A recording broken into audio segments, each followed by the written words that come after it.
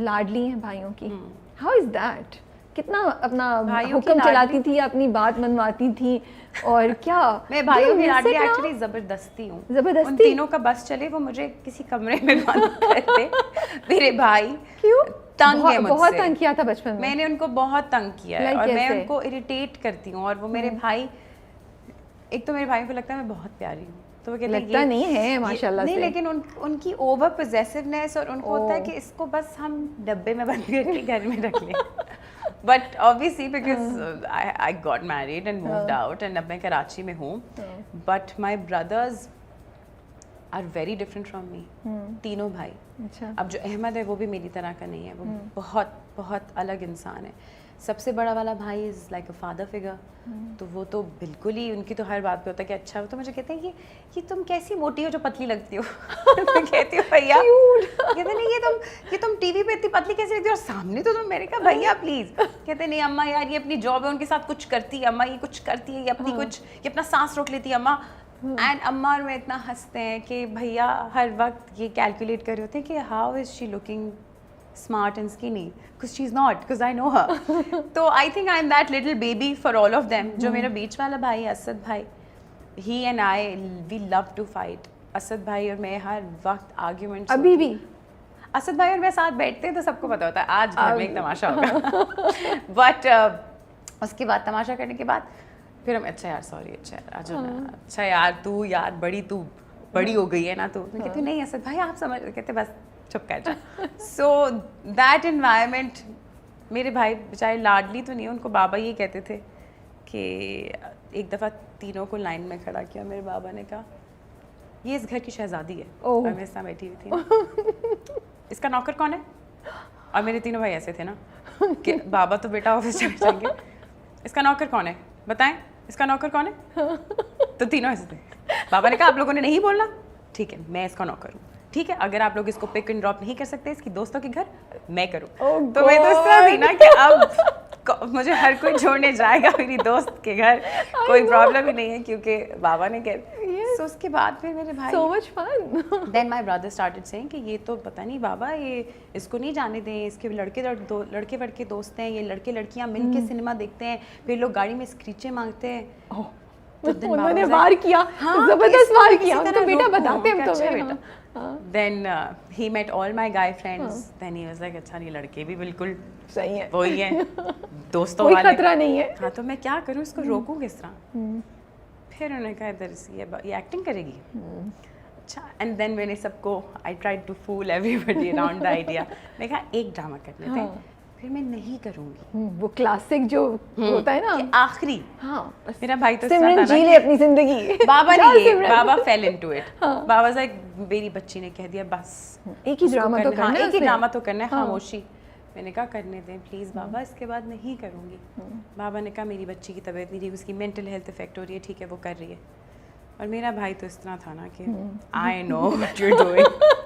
And then जब असद से शादी हुई, ही वाज लाइक मुझे तो पता था, इसका तो प्लान ही था कि ये तो जाएगी शादी करेगी, ये अपनी तरह की कोई लड़का ढूंढ लेगी और ये बस सारी जिंदगी से। सो बट नाउ अब हम इतना हंसते हैं इन चीज़ों के बारे में कि उस वक्त आपके डर, खौफ, बहन भाइयों की मोहब्बत, अम्मा बाबा के डर, सोसाइटी को लेके, चीज़ों को लेके, but I think everything eventually falls into place. Allah मियाँ ने हर एक चीज़ का वक्त, एक प्रोसेस, एक जर्नी रखा हुआ है, और वो इट हैपेंस विद टाइम।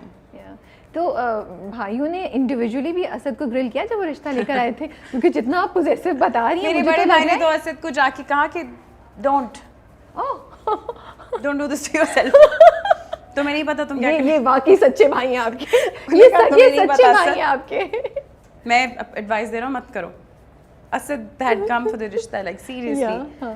वो घर आए और मेरा भाई ने कहा बेटा जरा बाहर आना, गए लोग बाहर, मैं कहा मत करो अपने साथ, तुम अपने साथ गलत करो।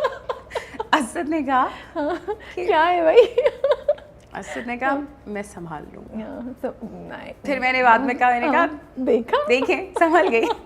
तो हंसते हैं भैया वगैरह, भाई कहते हैं वो अच्छा in my house everybody is a fan of Asad's patience. Okay, and आपकी लगी हुई है, I can see your faces, you like. Asad के बारे में तो वो है कि असद ना कुछ गलत कर सकता है, असद एक साबिर आदमी है, असद एक अजीम आदमी है जो है।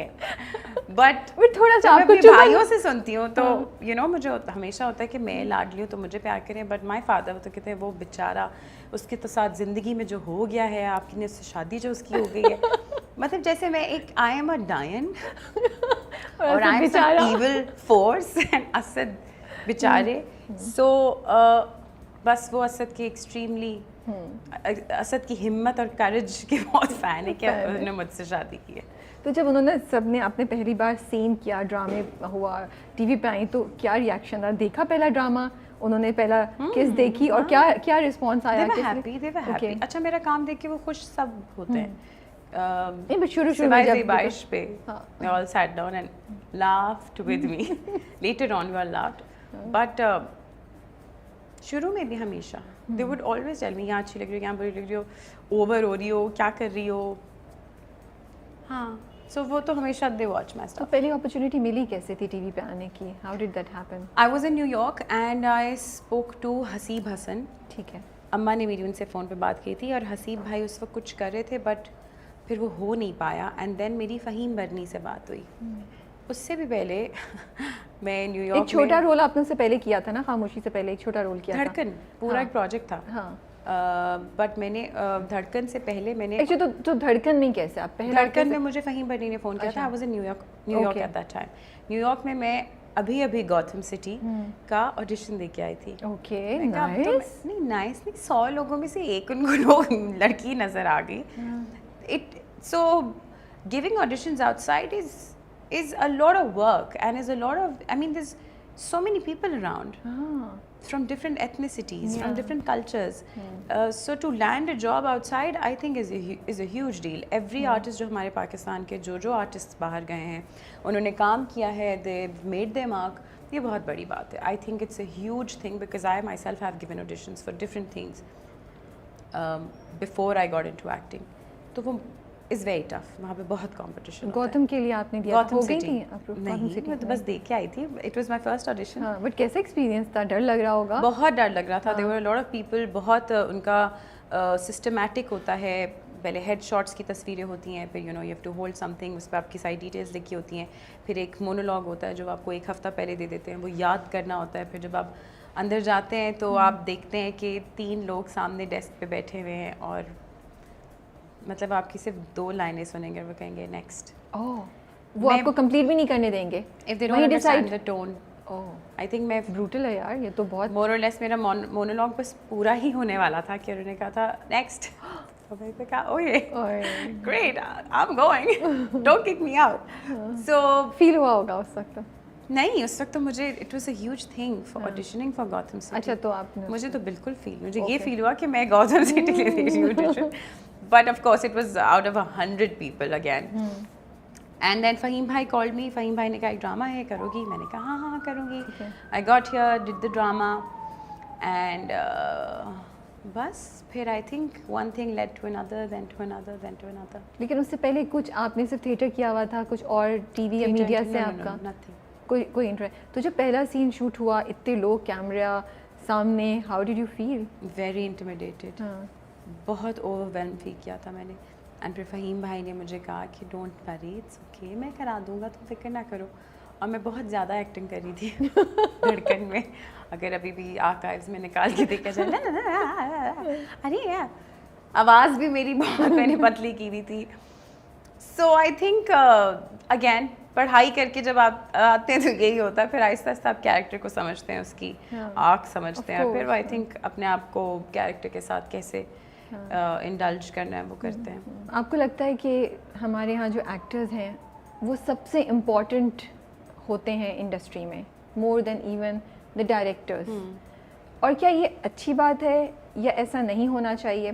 क्योंकि मैं ऐसा देखती हूँ कि कोई प्रोजेक्ट आता है तो हम सिर्फ ये देखते हैं, और जनरल ऑडियंसेस भी, कि एक्टर कौन है, ये नहीं देखते कि डायरेक्टर कौन है, राइटर कौन है। ये जो इम्बैलेंस है इंडस्ट्री में, अभी शायद अगर आप वो एक्टर हैं जिसके नाम पे ड्रामा चल रहा है तो आपको शायद बड़ा अच्छा लग रहा हो, लेकिन मुझे लगता है कि लॉन्ग टर्म में जाके मे बी अगर आपसे कोई बड़ा एक्टर आ गया तो आपकी अपॉर्चुनिटीज़ ले ली जाएंगी, राइट? तो ये फैक्ट कि हमारी इंडस्ट्री में थोड़ा सा इम्बैलेंस है बिटवीन ऑल द प्लेयर्स जो हैं, वो किस तरह इम्पैक्ट करेगा फ्यूचर में, और आपको क्या लगता है कि होना चाहिए नहीं होना चाहिए? आई थिंक ये इम्बैलेंस तो पूरी दुनिया में है,